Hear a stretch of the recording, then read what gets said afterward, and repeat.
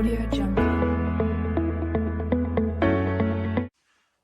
to another Doctor You Health Mastery series where we aim to educate, enthuse and help you along that journey towards becoming a master of your own health.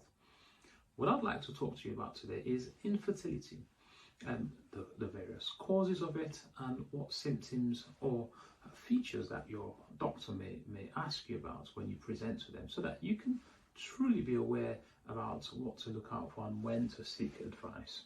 Now remember, it is always really important to speak to your doctor about your particular symptoms, because this is just general advice and everything said here may not actually pertain to your specific scenario. Now, infertility is the failure for couples to conceive, that is to become pregnant, despite having regular sexual intercourse. Now, regular sexual intercourse from the clinical point of view really means having sex every 2 to 3 days, so that is about 2 or 3 times a week. Failure to conceive, and usually we mean failure to conceive after 12 months of trying, is defined as infertility.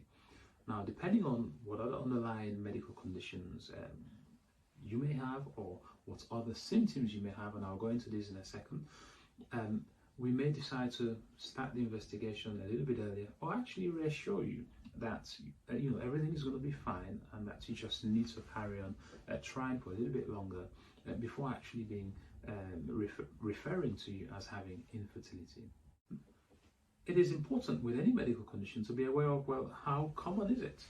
Well, infertility actually affects 1 in 7 couples, so that's quite significant. And in the UK alone, there are about 3.5 million people, or 3.5 million couples, who are experiencing infertility at any one time. With women in particular, a woman's fertility reduces with age, and that is because a woman is born with all the eggs that they're ever going to have in their lifetime.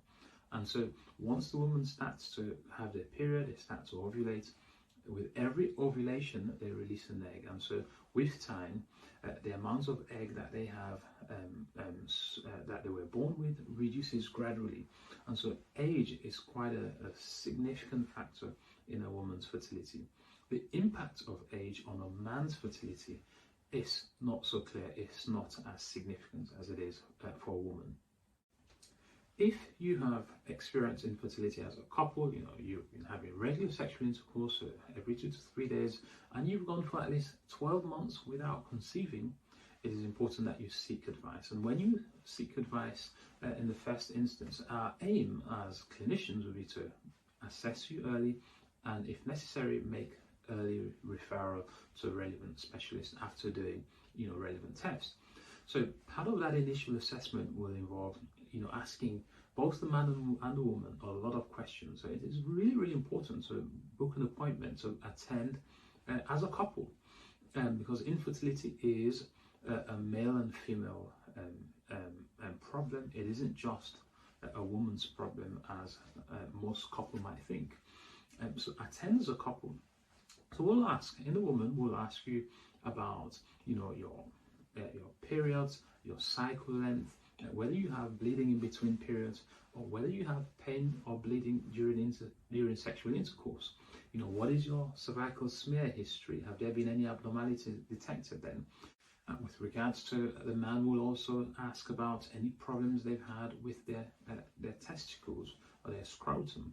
Have you noticed any swelling, any pain? Have you noticed any blood when you pass urine? Have you noticed any blood in your ejaculate? So when you ejaculate, have you noticed any blood in that? Have you had any previous sexually transmitted infection? That's for both the man and the woman.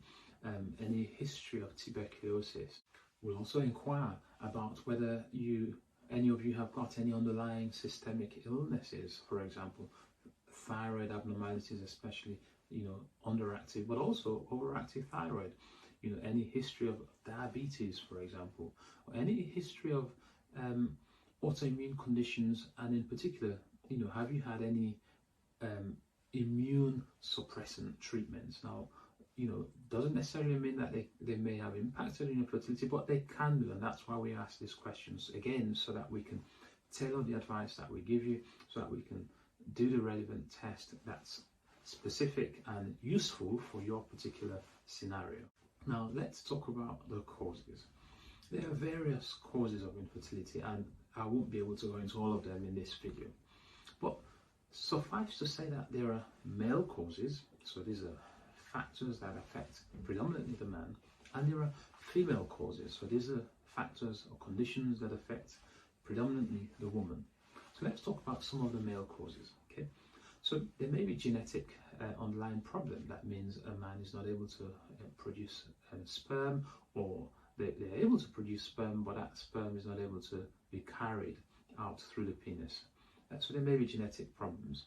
There may be structural problems. So you may have, a man may have something called a varicocele. This is where they have engorged veins that actually affect the production and the flow of sperm into the seminal fluid and out into the penis during ejaculation. A man might also have a deficiency or an inability to make a very important male hormone called testosterone.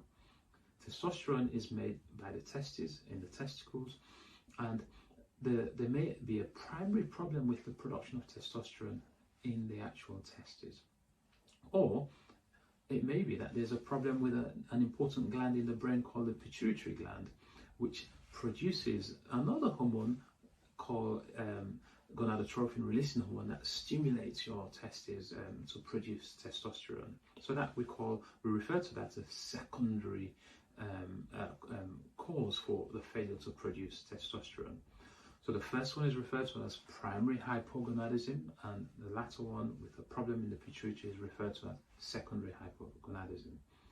Now, there may be other problems such as a previous infection from tuberculosis affecting the testicles. This can cause scar tissue and makes it very difficult for sperm to actually travel down the tubules into the ejaculate when a man ejaculates. So these are not exhaustive, these are just some of the causes, but I really just want to emphasize that there are male causes and there are female causes. So you also have the female causes. Now, the predominant female causes are problems or abnormalities with the process of menstruation. So that is, the woman's monthly cycle. So a woman may have a very irregular period where it may take months and months before they have a period, or they may have very heavy painful period, or they may actually be really, really stressed to the point where it affects their ability to ovulate and to conceive. There are lifestyle issues that can affect both men and women. For example, smoking or excessive alcohol can impact on the ability to conceive. Being overweight, so obesity, can also reduce the chances of a couple to conceive. So there are lots of factors. These are not exhaustive, but these are some of the things that when you present to your doctor, we'll be looking to inquire about to see what may be going on in order to give you the best medical advice.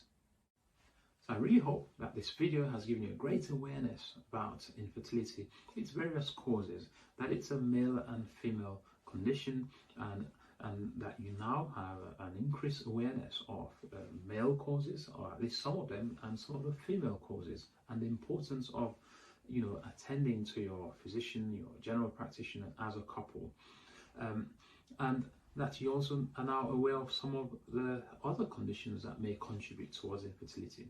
Because with greater awareness, you can take the necessary steps and present early so that you can be given the appropriate treatment.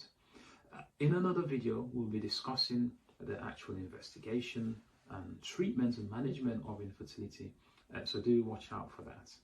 Thank you for joining us today, and I look forward to seeing you next time.